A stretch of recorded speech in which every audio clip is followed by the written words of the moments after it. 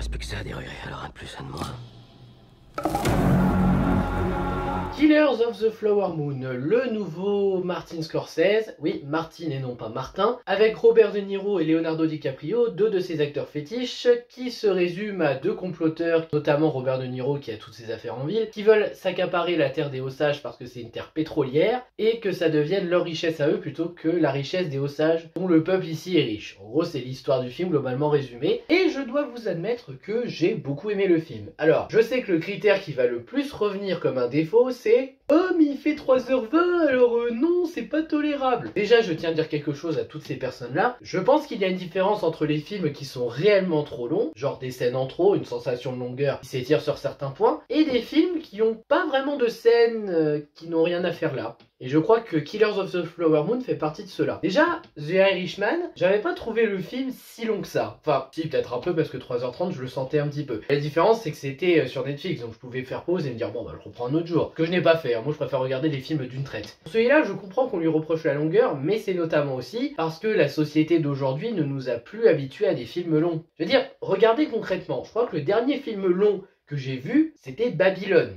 En début d'année, qui fait presque 3 heures, voire 3 heures pile ou un peu plus, je sais plus. Alors qu'à côté, quand tu regardes bien, des films de plus de 3 heures, il n'y en a pas des masses. La majorité des films qu'on retient le plus sont les blockbusters, ou les films de super-héros ici, mais justement, les films de super-héros, les blockbusters, en général, ça vise les 2 heures. Durée moyenne, hein, parce que je sais qu'il y en a qui font plus de 2 heures. En tout cas, je suis sûr d'une chose, c'est que malgré ces 3h20, 25, j'ai trouvé ce film très intéressant. Franchement, j'ai pas décroché une seule fois, j'avais vraiment eu envie de suivre jusqu'au bout, notamment avec une structure narrative très bien gérée. C'est-à-dire que la première partie, enfin le premier acte, Ernest, joué par Leonardo DiCaprio, arrive retrouver son oncle, il lui trouve un métier, un truc à faire, il est un peu mêlé aux affaires, tout ça, la petite vie c'est cool, il épouse sa femme qu'il aime, qui est une Osage, qui est héritière des terres, et donc en soi, ce premier acte c'est ça. Le deuxième c'est Ernest dans le crime avec son oncle, qui est aussi intéressant, et à partir de la troisième partie, donc là on va suivre plutôt l'enquête liée à tout ça, c'est-à-dire un enquêteur qui arrive de Washington qui vient comprendre pourquoi tous ces osages meurent, qu'est-ce qui se passe réellement, qui est derrière tout ça. Là, faut reconnaître que c'est à partir de ce moment qu'on peut décrocher un petit peu. Ce qui est dommage parce que vraiment les deux premières parties se tiennent très bien, et la troisième partie là, où on suit l'avancée du crime, de l'enquête, ça ne marche plus. Je saurais pas dire pourquoi. Peut-être parce qu'on n'est plus avec Ernest et Robert De Niro, peut-être parce que l'enquêteur est pas intéressant, on le connaît pas, il n'y a pas d'histoire personnelle. Mais d'un autre côté, oui,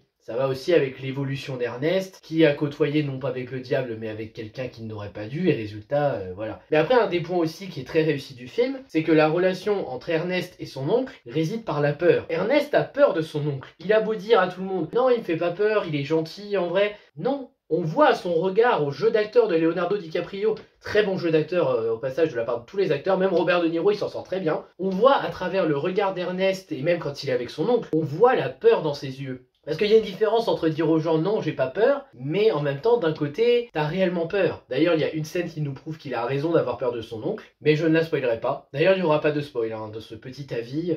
Après bon, le film n'est pas exempt de défauts pour autant, hein. C'est pas parce que je dis des qualités que le film est parfait. Comme par exemple le fait que le mariage d'Ernest et de Molly arrive un peu trop tôt. Parce que oui, le film fait 3h25, mais bizarrement le moment du mariage, je trouve qu'il arrive un petit peu vite. Donc pour moi, le film est pas trop long, c'est juste qu'il y a une partie, une toute petite partie où c'est allé un petit peu trop vite. Aussi le manque d'émotion, je veux dire, oui, il y a des moments marquants dans le film, mais j'ai pas ressenti de réelle émotion. Mais là, c'est peut-être parce que je suis un peu sans cœur, je ne sais pas, je peux pas dire. Ou encore, je vais pas spoiler cette scène, mais il y a la découverte d'un corps après une explosion. J'ai vu ça, je me suis dit, c'est quand même un peu bizarre qu'on retrouve le corps comme ça, alors qu'à côté, on retrouve un autre corps qui est sous les débris de la maison. Mais je ne spoil pas. Ceux qui ont vu le film, je pense qu'ils vont comprendre de qui je parle. Mais je ne spoilerai pas. Encore une fois, c'est une critique sans spoil. Et allez, dernier petit défaut que je donnerai du film. La séquence radio. Enfin, radio, oui, je pense que c'est une séquence radio. Qui nous raconte ce qui s'est passé pour les personnages à la fin, après tout ça. Je pense que c'était pas le meilleur moyen de faire. Même si ça donne un caméo très sympa de Scorsese, je pense encore une fois que c'était pas le meilleur moyen de faire. Mais après, ça diffère de d'habitude. Il a essayé quelque chose. Mais sinon, je peux pas vraiment dire du mal du film. L'histoire se tient, le développement des personnages, les décors, les musiques, les costumes.